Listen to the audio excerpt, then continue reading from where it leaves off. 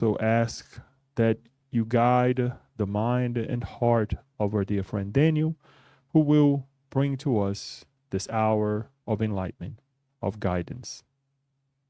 May your protection be with each one of us, those who are on their way, and so be it.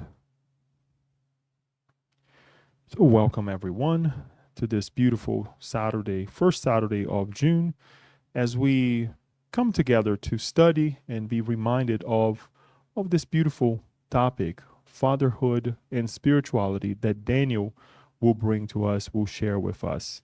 So, with no further ado, we'll call Daniel to the front, and he usually hides behind the camera, but today he's going to be in front of the camera, right, Daniel?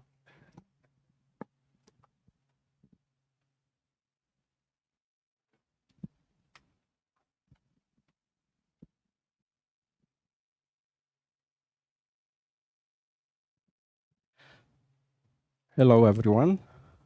Welcome to the SSB. Okay, just a minute, not now.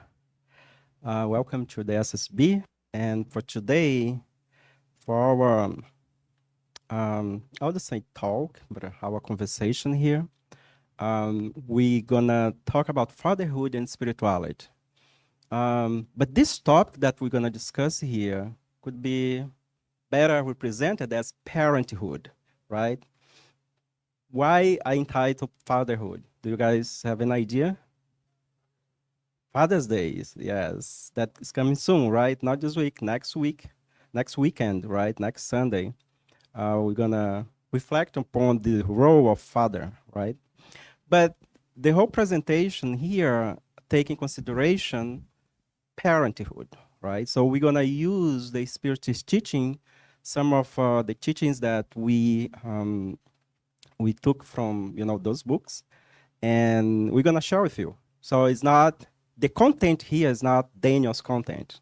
Is I've just borrowed from what the Spirit has taught us about the role of father, how important it is, and it is a role that when comes Mother's Day is a big wow, right? Father is like yes, right? When we look at like Christianity, Mary is like the one, right?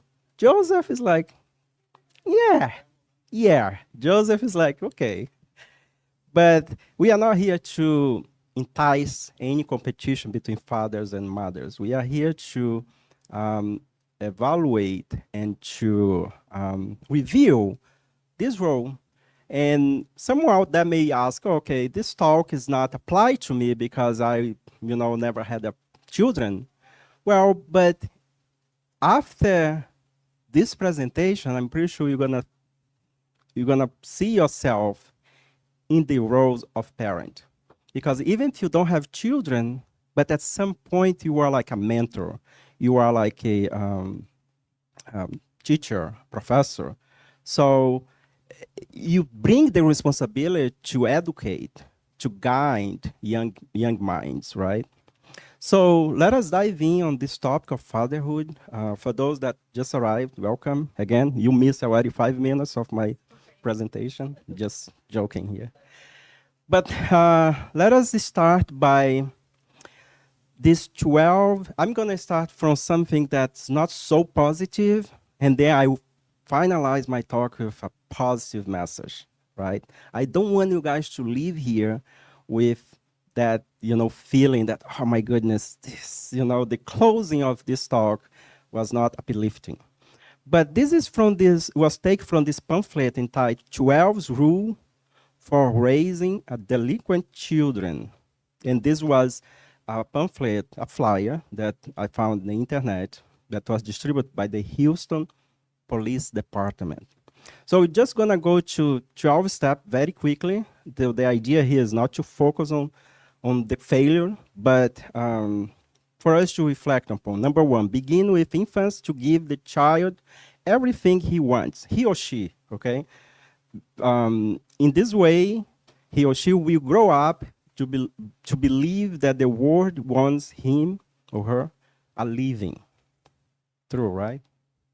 Number two, when he picks up bad words, laugh at him. This will make him think he's cute. So that's not a good suggestion, right? Number 3, never give him any spiritual training. Wait until he's 21 and then let him decide for himself and code, right? So this is, we see this, I've heard this. I'm not gonna push my child to any religion because when he or she grow up, she'll choose. So that I don't think would be a good, idea, right? Number 4, avoid the use of wrong, quote, wrong. He may develop a guilt complex. This will condition him to believe later when he's arrested that society is against him and he is being prosecuted. So this is very serious, right? Very serious because we should do the best that we can. We are not perfect, but at least educate ourselves not to find the balance, right? Because sometimes we don't want to upset our children or those that we have some type of control because, oh, it's going to create a trauma or it's going to have a problem. But we need to find the balance. We need to see how much we push, how much we let it go. So I think this is not me saying, this is the opinion of this institution. Number 5, pick up everything he leaves laying around. Do anything for him so that he will be experienced in throwing all responsibility on others. So this is very, it's, number 6, take his part against neighborhood, teachers, and policemen. They are always prejudiced against your child. So, and we need to make the evaluation of each case, each situation. We really need to pay attention, right? When it's the time to take the side of the loved one and the time to say, hey, stop. What you're doing is not right, it's wrong, right? So we need to have this type of discernment. Number 7, quarrel frequently in the presence of your children, meaning like fight, right? Fight. In this way, they won't be so shocked when the home is broken up later. Give the child all the spending money he wants. Never let him earn his own. 9, satisfies his every craving for food, drink, and comfort. See that his every sensual desire is gratified. So, yeah, there's something serious as well. Let him read any printed material and listen to any music he can get his hand on. Be careful that the silverware and the drinking glass are sterilized, but let his mind feast on the garbage. Wow, this is like a contradiction, right? 11, when he gets into real trouble, apologize to yourself by saying, I could never do anything with him. Wow. The 12, prepare for a life of grief. You will likely have it. So I wanted to bring this here because it's not, I know that any of you guys are good parent here, so it's not applied to you guys, but this is for us to see why our society is the way that it is. Because the cause in some responsibility is through the house that we are growing up, right? It's through our parent, our family. So society is what it is because it's a consequence of what happened in the family. That's why it's very important to talk about parenthood, right? And the role of mothers and fathers, because we don't want to end up with this situation here, right? One of those steps when our children grow up. Well, so let me make a disclaimer here. If we have done everything right, and our children now is an adult and is going to trouble situation, that we can go to bed, we can, before God, the creation, We feel that our mind is in peace because we did everything that we can.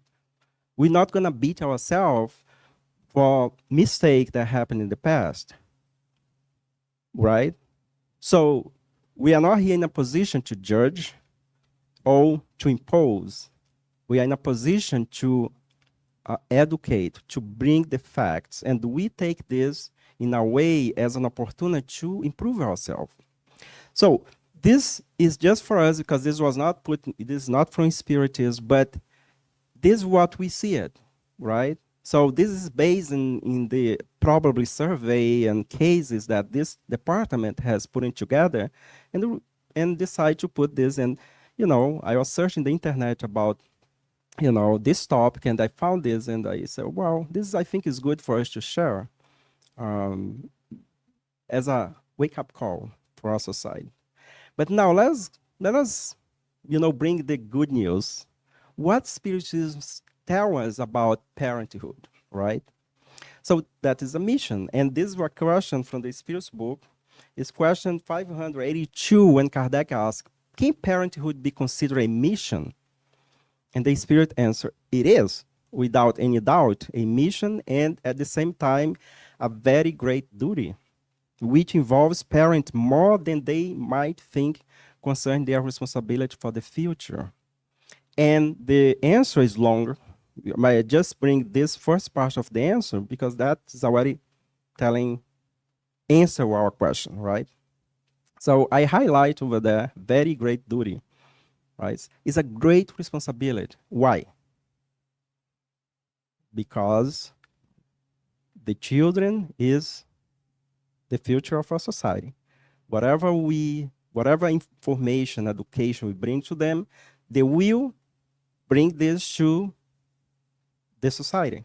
So by looking the cause, the effect, we can go back and see what was the cause, right? So it's very important. And again, even if this does not apply to you because you didn't have children this lifetime, you still can use this information because at some point in your life, either today, tomorrow, you are responsible for someone that is intellectual or age related in the lower rank, in that point. So it is important for us to have this in our mind because everything we do, everything we say, the way we act, we are being an example for someone that's around us. Joanna Jones has this in the book, Happy Life. So then talking about Joanna de Angeli, in this book, Family Constellation, chapter 3, is all about parenthood. It's a beautiful chapter. I have to read like twice. And I was talking to Kirsten and said, oh my God, this chapter, I think only the chapter itself is like a whole seminar or talk. But I'm not gonna do like a good service to bring just some point of the chapter, because the chapter, each paragraph is so like amazing, but I decided to bring just highlight some points of that chapter. And when we talk about parenthood, we need to think about our life here, right now, in the present, our past life, and what we are doing here, how this, what our act, what we're doing here with our life and also life of the others that we are related to, how this is going to impact in the future, right? And we cannot talk about family, parenthood, or the struggles that we have in our life if we don't take in consideration that we had a past life.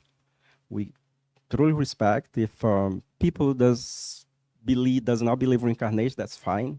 It's not going to change anything because, things will move. It's like laws, right? Even if you don't like the law is going to be there. Oh, I don't like gravity. Okay, jump from your hill. You're gonna be under the effect of gravity, right? It's a physical law. So when we talk about parenthood, we are talking about family, parent, child, and how we influence society. And Joanna de Angelis says in this chapter, she begin by, we brought here 4 main point of this chapter, by saying that family formation but she talked about the family formation and spiritual purpose. And she said, families are formed by spirit with past connection, love, or challenge. All those volunteering to grow their affection, prepare for a broader universal society. This union is a commitment made before rebirth with planned duties. So basically, she's saying like, okay, those individuals that comes in our family, they are a spirit that is very affectionate with us for previous experience, or those that will pose some challenges, you know? And that's why in a big family with many children, we may see that expression that people say, oh, you know, everybody is so normal, but we have someone that is a little bit black sheep, something like that, right? So we are not saying that that individual is not part of that spiritual family. Is that probably that individual did that volunteer here, volunteer to grow their affection.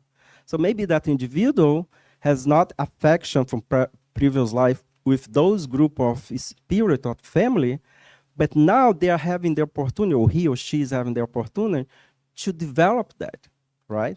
So this could be a possibility. And why we do this? Because in a family learn how to understand, love the members of the family, that one day we're going to be able to do what Jesus explained to us, the universal love. So to see the humanity as a one single family. So we are training. So right now, we come in a family because we are training one day to be like Jesus, that look at the humanity and see everybody as a brother and sister. So nowadays, when we say brother and sister, we are more tied to the physical kinship, to the physical, the bloodline, right? So this is my brother, this is my sister. So we don't, I mean, we may use in our other way, hey brother, hey sister, but it's not the true words or the true feelings that we say to the same one that is connected to us by bloodline. So our ultimate goal is this universal society, is to have this capability to see one another as if you are part of my family. So as right now, the level that we are, this is still in process. We are still working on that. I can say here, oh, you guys is part of my family. But we all say our spiritual family, right? And that is already a beginning, right? But can I say that I'm part of the spiritual family of the city of Boston, for example? I was like, but they are humans like us, but we don't feel like, right? So, and we can extend this to, you know, other part of our planet. So, and she said, so the other point to discuss in this chapter is parental preparation and responsibility. Parents have a crucial role to prepare themselves intellectually and morally for parenthood. And she continued mentioning this part of the chapter, what Joanna says is like, everyone that comes with the mission of parent were prepared before coming here. So there is no error. There is nothing is wrong in this process of preparation for reincarnation. So, oh, it was an accident. Oh, I became a father because it was an accident. One night stand, for example, that we use very common here in the US. There is no one night stand in this spiritism. It was meant to be. So now it's up to us to really take that responsibility. And in this part, when she explained that, you know, we were educated, it's brought to us the possibility to, you know, not having, I mean, we still have our free will. But if that happened, is because it was discussed that there is a possibility that you come to this lifetime and be in this role of a parent. And mention here, when say intellectually and morally, is that we have the capability to develop the function of be a parent according to the level of our evolution, intellectual and moral speaking. So the other point she mentioned, challenge to family plannings. So also we are make aware that in this incarnation that we come to exercise, to be in a position of mothers and fathers, we may have great challenges. So they made this very aware that we gonna face some challenge. So she mentioned by saying, despite careful planning, this family program don't always succeed due to emotional haste, sexual anxieties, and immaturity, leading to relationship issues and dissatisfactions. So, Daniel, why, if there is this chance to happen, why we still need to exercise this role? Well, because we need to progress. We need to, if one day we wanted to have the love of Jesus, we need to go through this process. We come, we fail. The failure here is not, it's not in the negative way. It's another way to telling us that we didn't master that experience, right? So we need to come and do again. So there is, and we see this, there is a chance that, and we see this in our society, that we come with this mission to be a parent and we don't exercise that role well. Maybe not in this reincarnation. Maybe in the next 2 or 3 reincarnations, we will master, right? As if we see nowadays, we see great parents. Do they become great parents in one incarnation based on the dogma of reincarnation? Probably not. They have been training as a parent for many other reincarnations. Now they can really raise children in a way that is a true reference for their children. Now, when we see parents that is still like dropping the ball, maybe they are beginning the experience of be a parent in that, for that spirit in evolution, and this may explain why we see this difference in our society. Finally, she called our attention to love and discipline. So it's very important. Love is fundamental. Love is fundamental for a healthy family. The arrival of a child demands a complete shift in parental priority and habit, with personal pleasure being replaced by the dedicated care for the child development. Parents must lead by example, fostering love, respect, and patience, and teaching children to share affection to build a strong, harmonious family unit. So the invitation is like, there's one to say, look, love, but also discipline. So discipline here is for everything. Intellectual discipline, moral discipline, relationship discipline, you know. So we are in a physical environment. So we need to take care of our physical apparatus. And everything that's physical, that is our responsibility, starting from our body.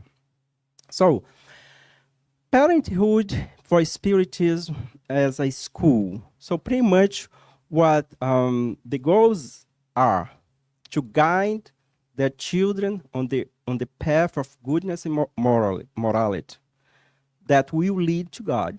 So that's the main goal. So we are here as a parent to help our children to become good citizens and also to exercise their morality and be good person, right? And by doing this, automatically they will find that there is a creator, right? And the creator is our destination, right? To contribute to a better society, to solve past life issues, to achieve unconditional love, to transform a corporeal family into a spiritual family. So pretty much, if we succeed in the first bullet, the first one, the other one becomes second nature, right? Right? Do you agree? Yes or no? We can just delete the other 4 bullets. The first one will like already, say, okay, so I guess my mission as a parent, if I can do this, good person, moral, that automatically this person will not have any problem with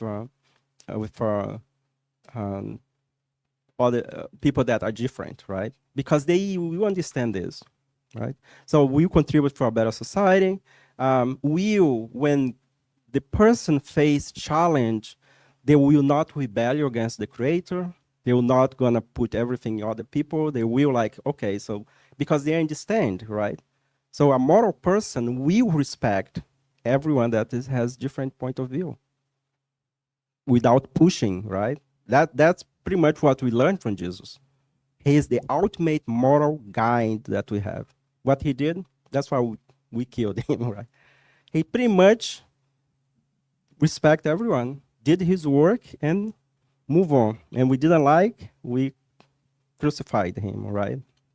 So now, if we, so when we talk about this teaching guide, we are talking about education versus instruction, because there is a difference on that, right? So we have psychologists, we have scientists, we have intellectual people here. So this is second nature, right? There is a difference between education and instruction. So just for us, to use the right definition, so education comes from the Latin root that means educere, means to draw out from within, right? Or to lead forth. This is education. So when we read this, the first thing that comes to our mind is like, we are not teaching. We are like just helping the individual to put out what that individual already have from past life, right? Now, instruction is a little bit different. Means pile or build. Knowledge transfer, what and how to do things, right? For example, I can instruct you how to use the computer. So you come here, you see here, I show to you, and then you can do it. So I pretty much, you are learning from someone that already have that knowledge. Now, education, I probably doesn't need much from an external person. I already have that information side. I just need to have a little bit a impulse for someone, right? That's why in a classroom, when we have teachers, now we have different level of student, because some of them already have that facility to learn things, right? And the teacher is just helping to that individual to draw what he or she already have within, right? So we need to facilitate, and that's why the education system has been changed so much. Like if we go back to the, I don't know, 50, 60, I was not there. I don't know how it was. Paula may know a little bit, right? When you did your elementary school, Paula, definitely was different from mine, and is different from, the youngest one that is in the other room. Because we are trying to optimize the way we do this education. Because instruction, we have instruction since humanity has walked on earth, right? But education, the methodology to educate has changed. And why it has changed? Because we as human beings has come many times, and we figured out, okay, maybe this is the best way to educate our children. We are not saying here that the education method that we have nowadays is the best, because in 10 years from now, we will be not. And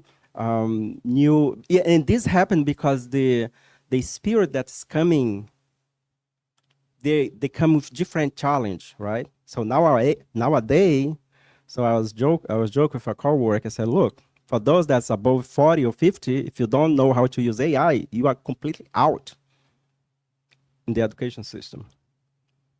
It's like when I was in elementary school, I was calculator, right? And then in middle school, high school was computer. If you don't know how to use computer, we fall behind. And nowadays, AI. I mean, like, it's like every day is a new tool, a new things happen. And what happened is, in order for us to cope with the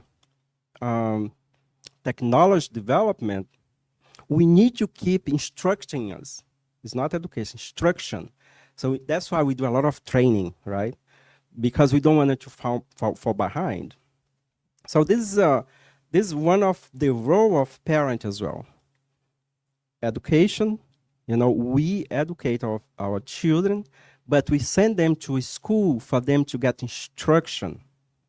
So when my children go to school, they're not going to go to receive education in the definition that they're going to receive instruction.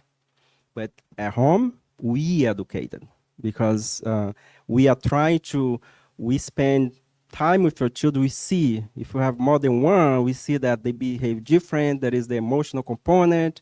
There is all the different way. They are different, right? So that's why we human beings, that's why we have our intellect and our feelings and sentiments. So we cannot, when we talk about education, we cannot just focus on one, just the intellect. We need to at least, look at these two a component of the human being. So the family. Now we're going to talk about the family. Look at the family. So this group of people, the blood family is a reunion of soul involving, readjusting, perfecting, or sanctifying. This is a quote from the spiritual mentor Aulus in the book, In the Domain of Mediumship. They have a new title called In the Realm of Mediumship. We have been studying this book. It's a great book. And in this book, in the Realm of Mediumship, there is a chapter that talk about, the union of spirit that comes with the responsibility to in a family, right? And there is different cases in the book. So basically, the home is the temple of the family, according to Joanna Jones. So when we look at the family, it's a group of people that has this 3-4 objective, right? Although we evolved individually, but we need society for us to help in our evolution, right? So it's an opportunity for us to readjusting. For example, Daniel, what this means, okay, I have someone in my family, a brother, a sister, even like husband, wife, that probably for past life didn't work well, so they have a new chance in this reincarnation, right? To readjust, right?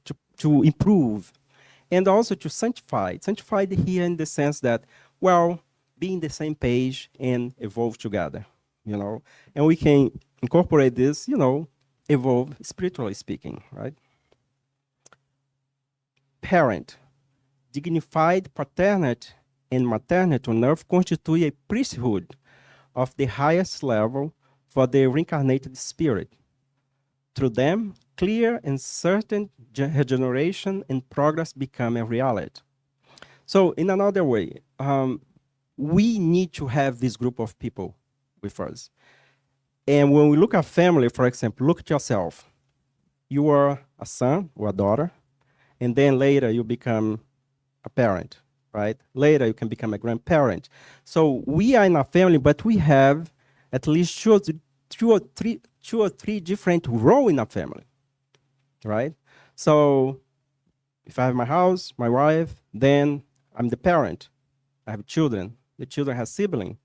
But when I go to my parent house, I'm the son, right? So what create problems in family, in society, that we forgot which role are we playing. Now, because I became a father, I will argue with my father. No, because I'm a father, no, this is my children. Wrong. We are, according to Joanna de Anjos, the family constellation, and that's why this book is so amazing to help us to understand our dramas, our complex that we have, because at some point of in this, it's a family constellation. A constellation, if you imagine the constellation, right? Like, the universe. So so we have the sun, we have the planet, and that needs to have some type of harmonization in order for that, if it's a galaxy, to work in a harmonious way. So in a family, that's where we need to live our life as if we are part of this universal constellation. So personal experience that happened last year when I went to Brazil. So the first day I arrived in Brazil, we have something that was set up to happen, and had talked to my father. Said, "Hey, we're gonna go to from one city to another city. We hire like a van, because there's a lot of people from the family. Everybody went to the airport to wait for us. So when the guy arrived, the first thing the guy said, "Oh, my car, my van, the AC broke." Imagine, nothing for Brazil. Temperature is very like kissing was like dropping, And the guy said it's 3 hour, 3 hour. The trip was 3 hours, right? And imagine the guy arrived like 1 p.m., almost 2. So hot, it was 100 degrees Fahrenheit. And the guy said, "Oh, I'm so sorry, but the AC broke." So I turned to the guy, a little bit upset, not much upset. I said, why did you let us know before? Because the guy said, "Oh, the AC broke like 2 weeks before." But we have this agreement with the guy that, you know, because he told that there was AC. So he said, and I was very like, little upset. I said, "Look, I'm not gonna pay you. We're not gonna use your service." Now, the guy was a friend of my father. So, and my father saw the way I talked to the guy, because in my mind, that was a business, was a contract. You provide a service, I pay you. So your service is not according to our agreement was. So I said to the guy, "We're not gonna use your service." And the guy was upset because the guy said, "Oh, why?" I mean, I didn't sign anything because, we didn't, was not a real contract. But then when I raised my voice a little bit, my father just hold my arm, and my wife is there as a, as a witness, and said, "Daniel, don't worry," but very firm. "Yeah, don't worry. I'll take care of this." And I didn't say anything. And my wife, after that, she came to me and said, "Daniel, I never seen you like just like quiet. Like it's the first time in my life." True or false, darling? So she told me, like, I said, "Look, this comes from the authority of my father that I have great respect." I mean, although, I'm a father, I have my whole family over there, but I was in his house, in his family. So I behave as a son. Doesn't matter if I'm 50 something years old, So that is the I'm not saying that I'm perfect, because I'm just saying the good thing that I did, but there is other situation that I didn't behave well, right? So that's where we should make an effort. It's like, if you're in the role of a father, be a father. If you're in the role of a son, be a son. In the brother, be a brother. If you're in the role of a mother, be the mother. So the moment that we don't do that role, something will derail in the long run, right? Because it's a very important piece in this constellation, in this group of family. The challenge is that you may have this in mind, but it's not guaranteed that other family member will have the same, because we are different. But at the end of the day, the responsibility is between you and God, you and the creator, right? So you do your part. If your brother, if your sibling, if your family member is not on the same page, silent, move on. Then create like, and later we may regret, right? We may miss that opportunity. But sometimes we need to stand up and we need to say, "Hey, no is no. Here we cannot cross this line." And this is very important, because when we do this, when you exercise your role, you are tell the other side of the family, and we expect that the family understand that. If not, but at least you did your role. That is the father, or the son, or the grandmother, right? Grandparent is to spoil, right? That we cannot. Right, Leo? Because he's the only grandfather here, isn't it? I guess so, right? So, okay, so let's move on. Oh, your grandmother. Yeah, I forgot about you. Yeah. But we have like tons of people watching us online over there. I'm pretty sure apply to them as well. What about the children, right? Children are being who God has sent into a new existence. However, the innocence does not truly reflect their state of advancement in relation to what they previously were.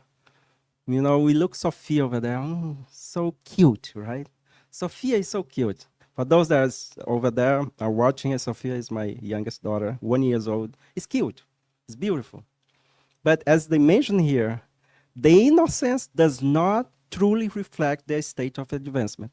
I don't know what this spirit that is under my responsibility in this life we're gonna be, right? I don't know. So let's see what Kardec, what the enlightened spirit has to say when Kardec asked this question. He asked, what, in this question 385, what is the reason for the change that occurs in its character at certain age, particularly upon leaving adolescence? Is it the spirit that changes? So we see the little kid, so it's an angel, right? And then become a teenager, then become a devil, then become the other part. That doesn't apply to all teens, right? So there is the spirit that comes, have a beautiful life, don't give any problem to their parent. But as a rule, majority of our teenage experience is a little challenge to our parent, right? Wrong? Because I gave some headache to my parent. I recognize today, right? I recognize that I gave some headache, very little, right? Okay, look at the answer. It is that the spirit recaptures its true nature and reveals who it really was prior to its present incarnation. You do not know the secrets that children conceals behind their innocence. You do not know what they are, what they have been, or what they will be. Nevertheless, you love and cherish them as though they were part of you.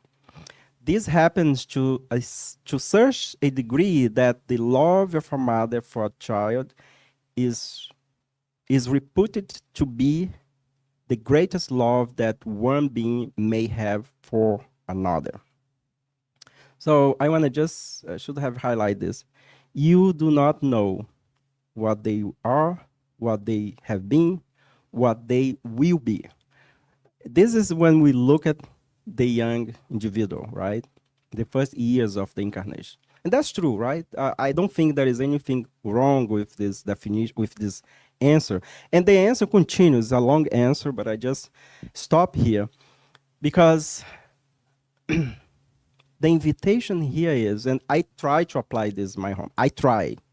Doesn't mean that I'm going to be succeed. Doesn't mean that my children that is little will be, good people. I don't know. But at least I will try to at least do the best that I can. And I'm pretty sure that all parents, they try to do that, right? In their own way, right? But here's the thing.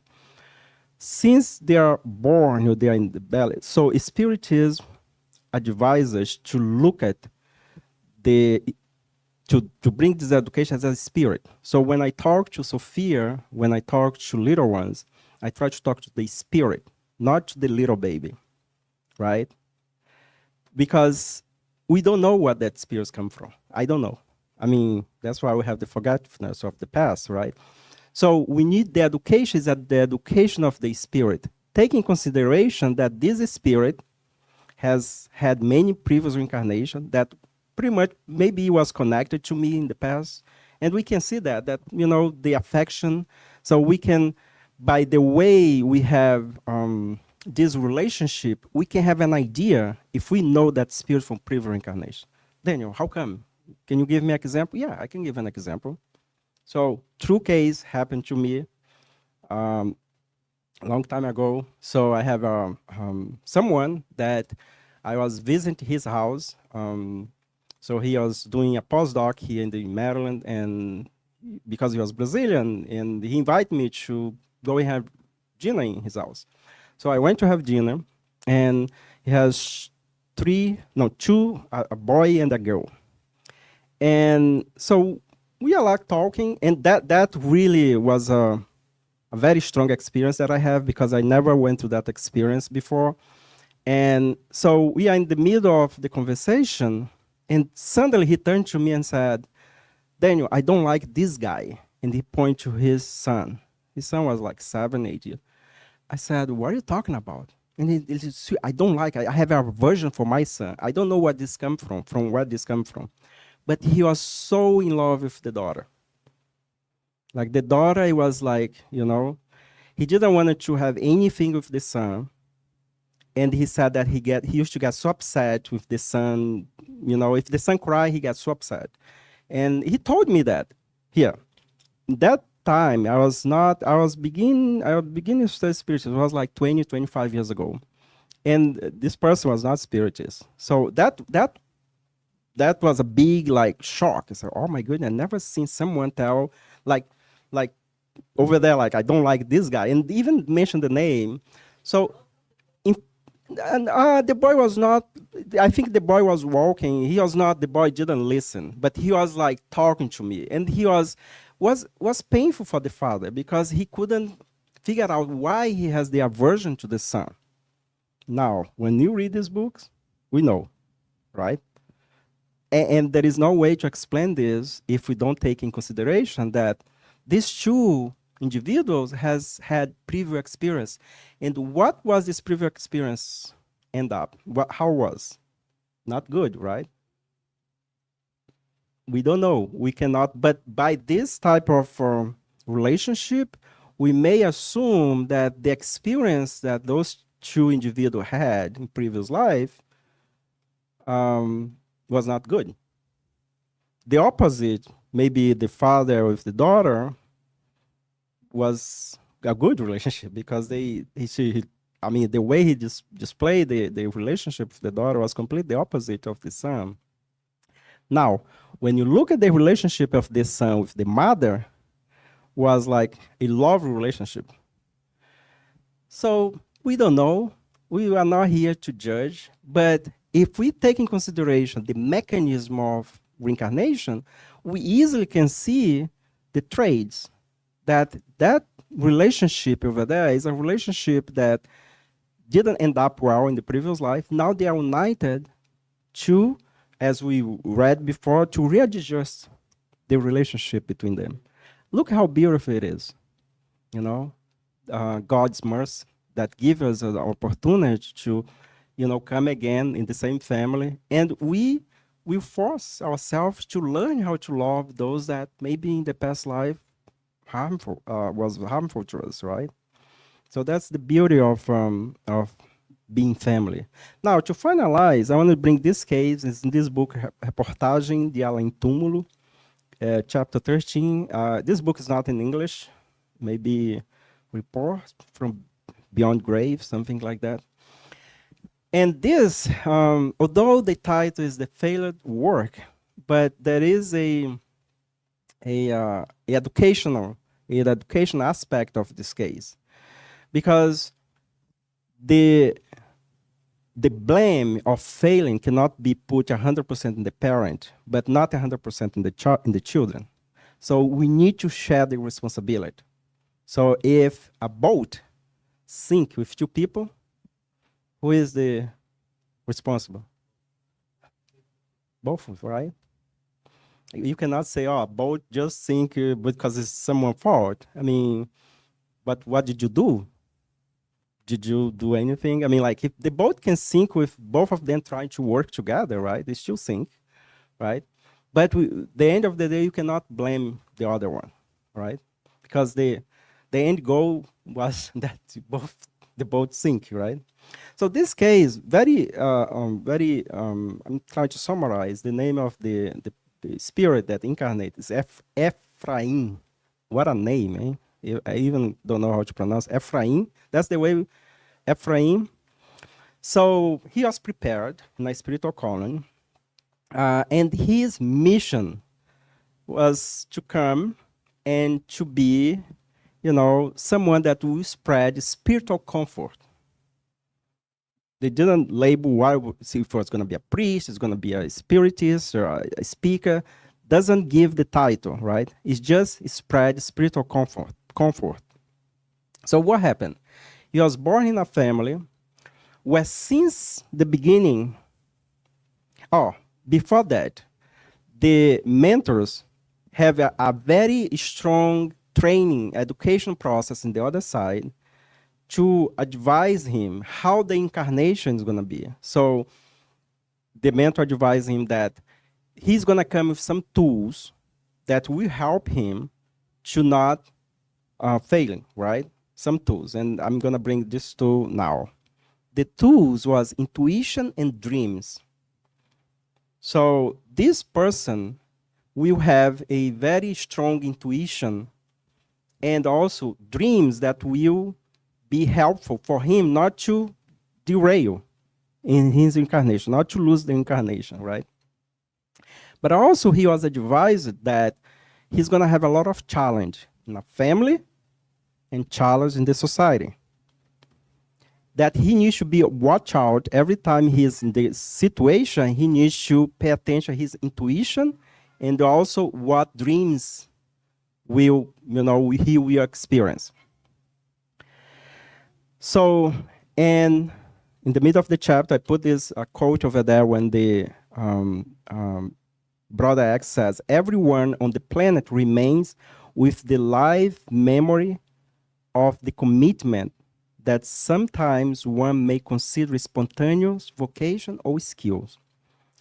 In the study group last Thursday, Julio Padovan mentioned something very important, that when we come here in this lifetime, we come with our full moral advancements. For example, whatever you are, all the virtues that you have, you bring to the reincarnation.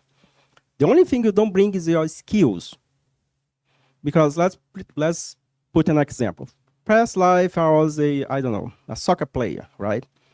In this life, if you come with some physical impairment, you cannot exercise that skill, right? So the skills is related to the physicality, to the physical, right? But the moral thing and I would say, your virtues, you bring. So your morality is what you have acquired in all the reincarnation. Whatever the way you think, the way you see the society, is you 100% is your morality. Now, your skills, your the things that not is what you acquire in this existence. Some people are able to bring some skills from past life, like, someone that plays piano very well is a skill, right? That he learned in previous life and he was able to bring to the next reincarnation. But that's not applied to everybody.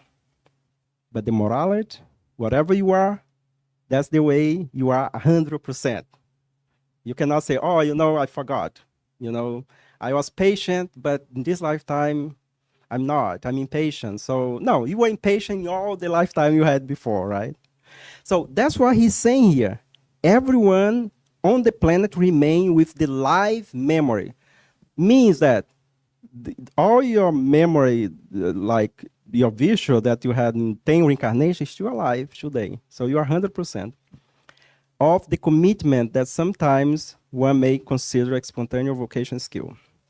So then, so he has, let's summarize, a divine mission.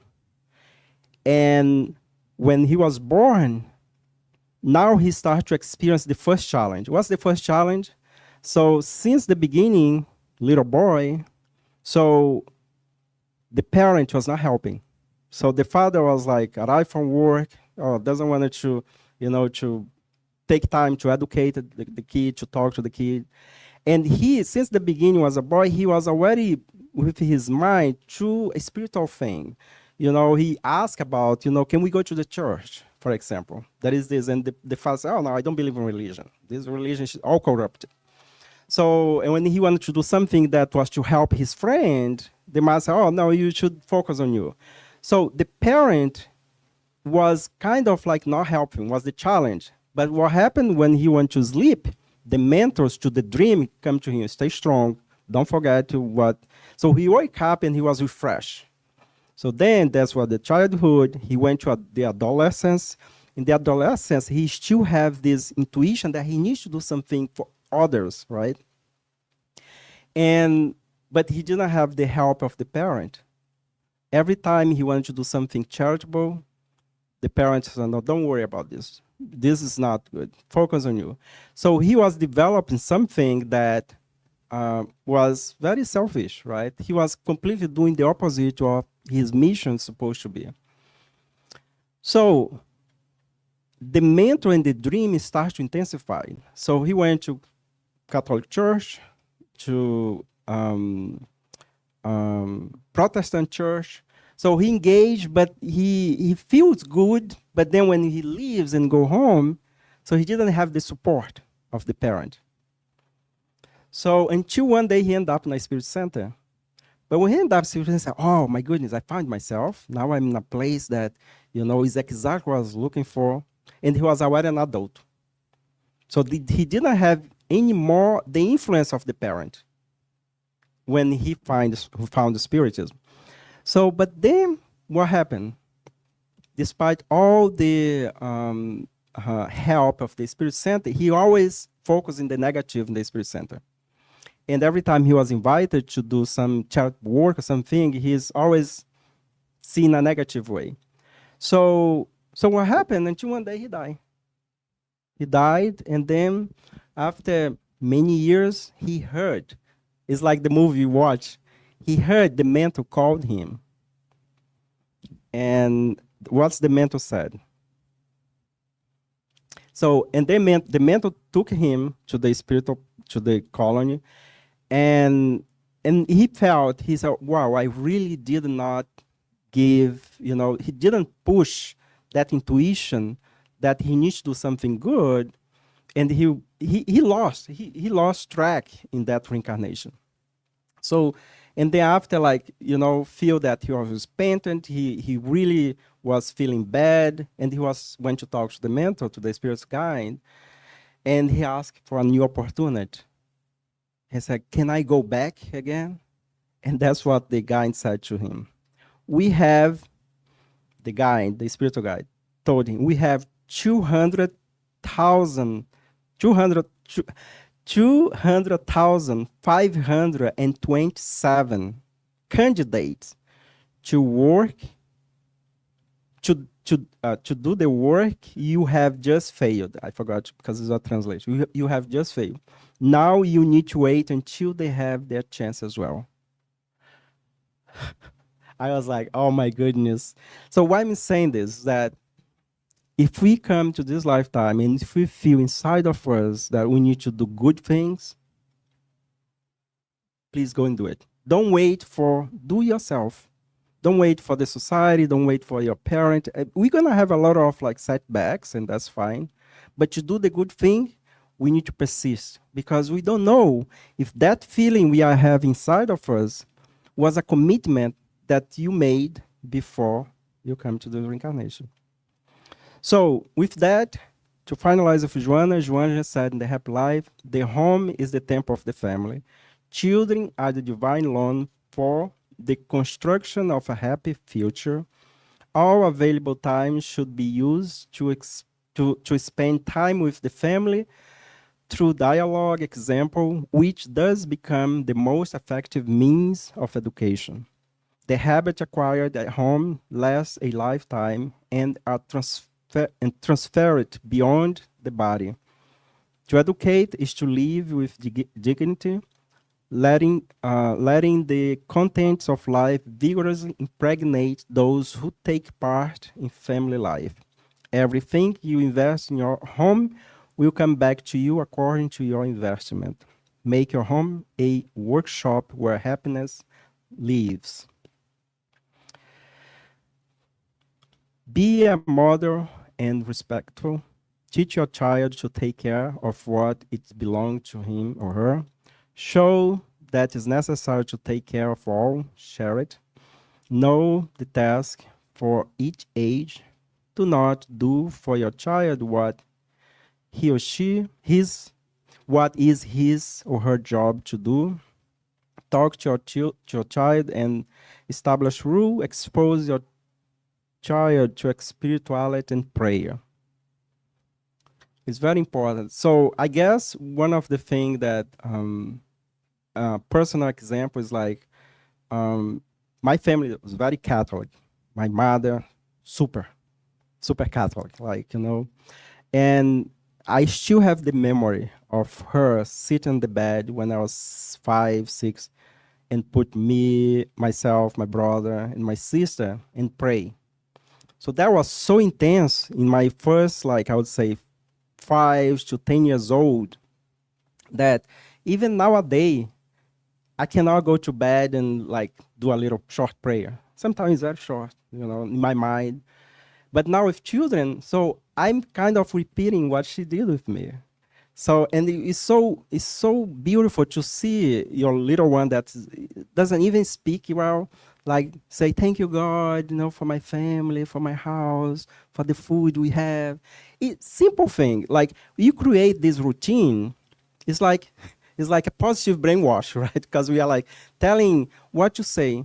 So what happens is when you are facing challenge, you know what to do it. How many people say, even I cannot pray. I cannot pray. And then we miss the opportunity to connect to our, spiritual guide, to our guardian angel, to God, because we are not trained. It's a training that we need to do it.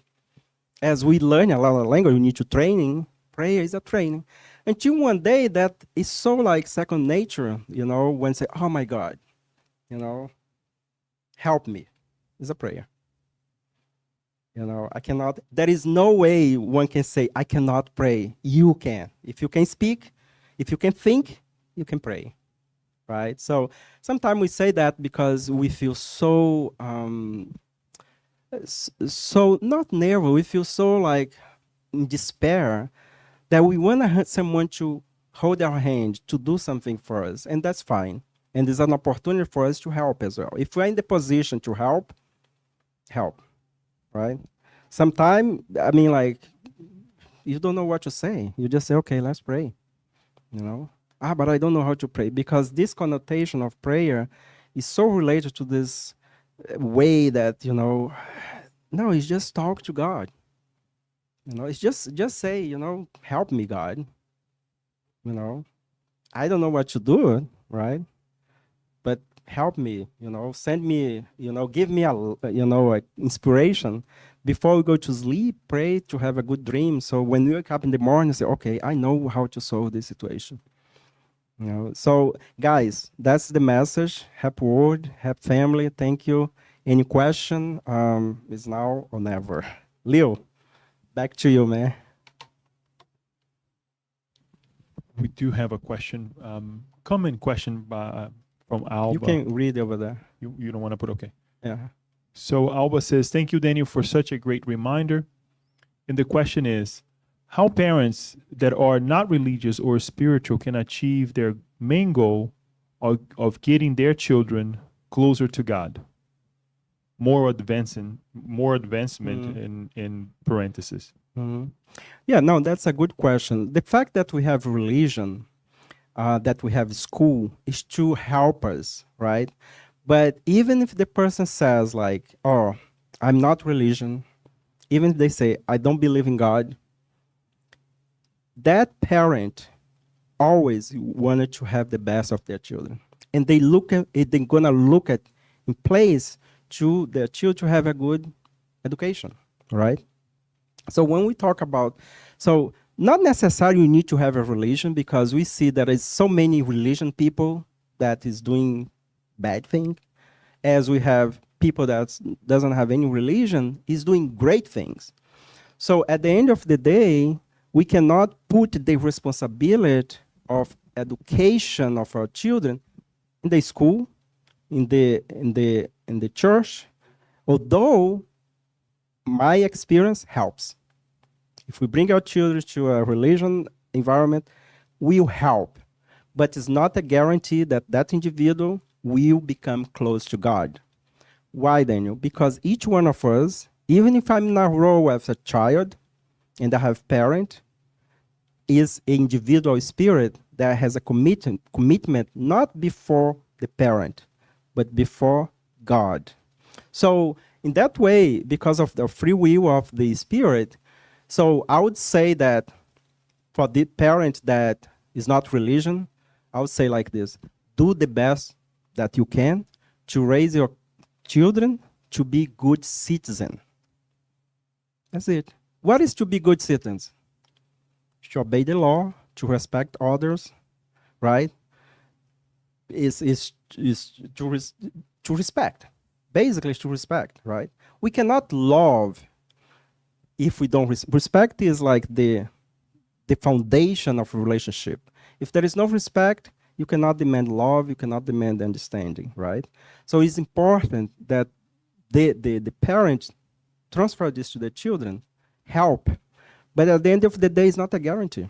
You may be the great parent, super religious, but it's not a guarantee that your children will become, a religious person. You may ask, but Daniel, why this happened? So one of the things that we learn in the Spirit's book is that sometimes this mechanism of reincarnation will put spirit that is very challenged with family that is very adjusted.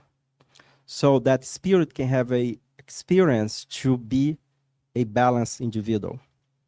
And it's not a guarantee that one lifetime will make that spirit, but it's already a beginning. Now that spirit has a reference that what was live in a family that is very behaved, I would say like this.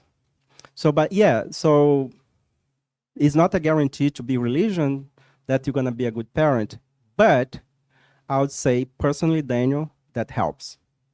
And we have research showing that, religion people, they tend to be more compassionate. They tend to be. They, in terms of health, they are more positive when they find out that they have, some type of illness. The process of the transition is seem more well accepted. So there are some points in B have this connection, and we have to make a disclaimer that belong to a religion doesn't mean that the person lives a religiosity, right? So there is a difference on that on this thing. It's not that because we come to the Spirit Center or we go to a church that we are good to go. No, that is we can't put ourselves in that situation. That's, Anyone here would like to ask a question you or have make a 3 comment? minutes, and then that's it. Miss Paula. Yes, you do need microphone because otherwise people is not gonna listen your question. Yeah. Thank you. It was nice you expanded it to parenting. Well, Mother's Day's, and Father's Yeah. Day are close enough, 2 months. When you spoke about AI and its current pressures on instruction and information for children, it also had me think about what's newer today than it was in my parents' generation when they parented me. And that is in the field of psychology, they've spent a lot of time researching communication skills. Good So point. I think that's the newer addition for parents, but it's not like parents are informed of what's a great parenting skills program. There are different ones out there. The one that I've mentioned in the past and has also been mentioned in other Spiritist talks has been the STEP program, Systematic Training in Effective Parenting. And what's nice about that is it has a preschool age level, a grade school age level, and a teenage age level. And when I was first introduced to that material, when I started in the school system, I was so impressed with it. I said, this isn't just for parents. This is for human beings. Yeah. You can use these communication skills at work, etc. So I just wanted to keep that in the mix. No, that's a good point, Paul. Yeah, I agree. Totally agree. I think the communication is a key for a healthy relationship. If there is no communication, and this is applying everywhere in the family, in our society, in our workplace. If there is no communication, then it's very hard to expect good relationship. Anyone else? Kirsten has posted a comment as well. Great talk, Daniel. Great case you mentioned in the book Family Constellation by Joanna De Angelis is amazing. 10 out of 10 recommended that book. And there's no comments here. Daniel, I just like to make a comment question. I mean, mainly a question. You brought your personal experience with your father and how the respect that you have for him for what he has done. I'm going to reverse the question now. The personal experience.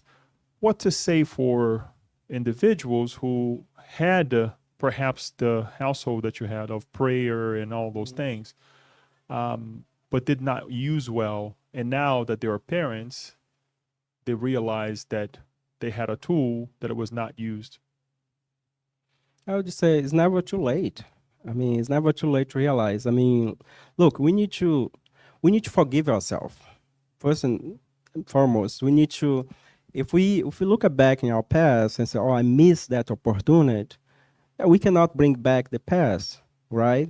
What we can do is like the fact that we recognize that we missed an opportunity, we didn't take that opportunity, and this happen like when we are teenager, we think that we know better than our parent until we become a parent.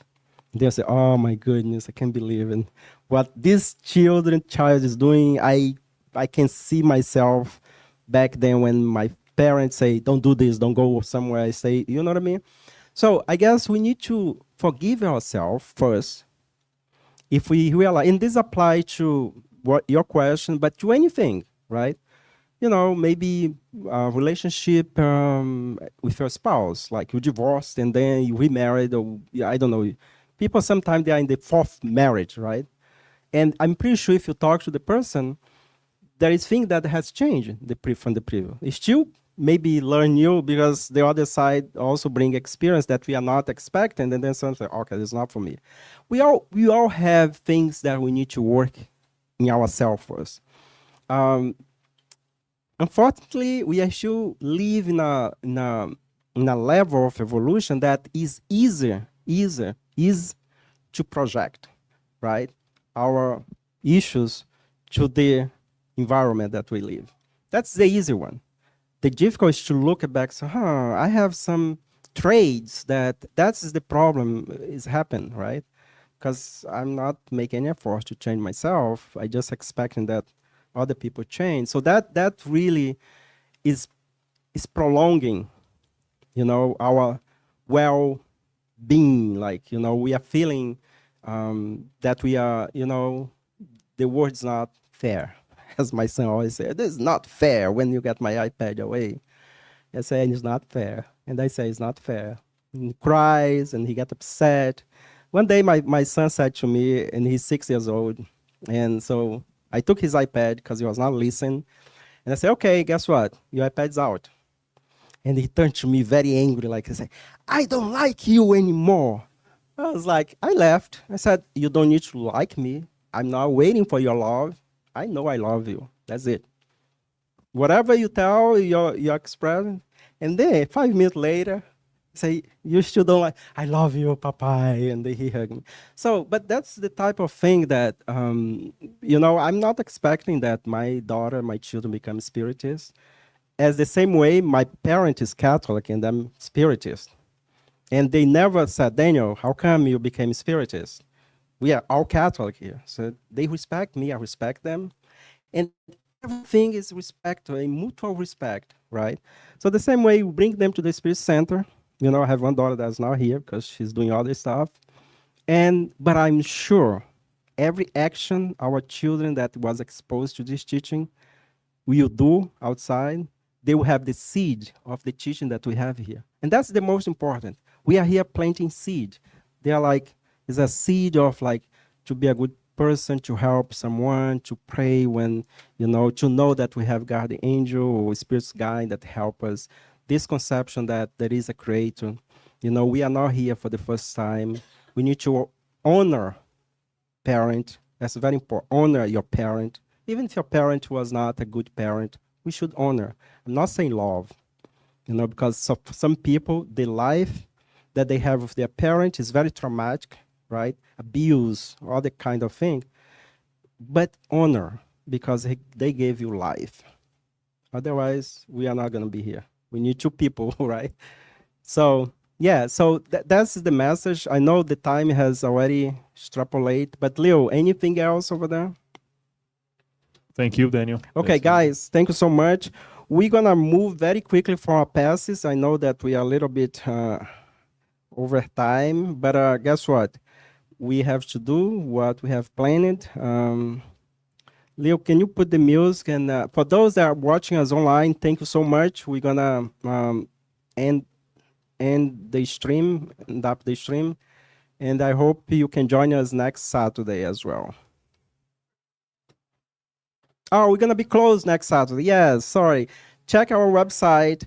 We're gonna be closed next Saturday. We're gonna resume the June 21st. Okay, let me put something here for us too. And can we just load all the lights? Sure. Okay, so with that, let us take this moment that we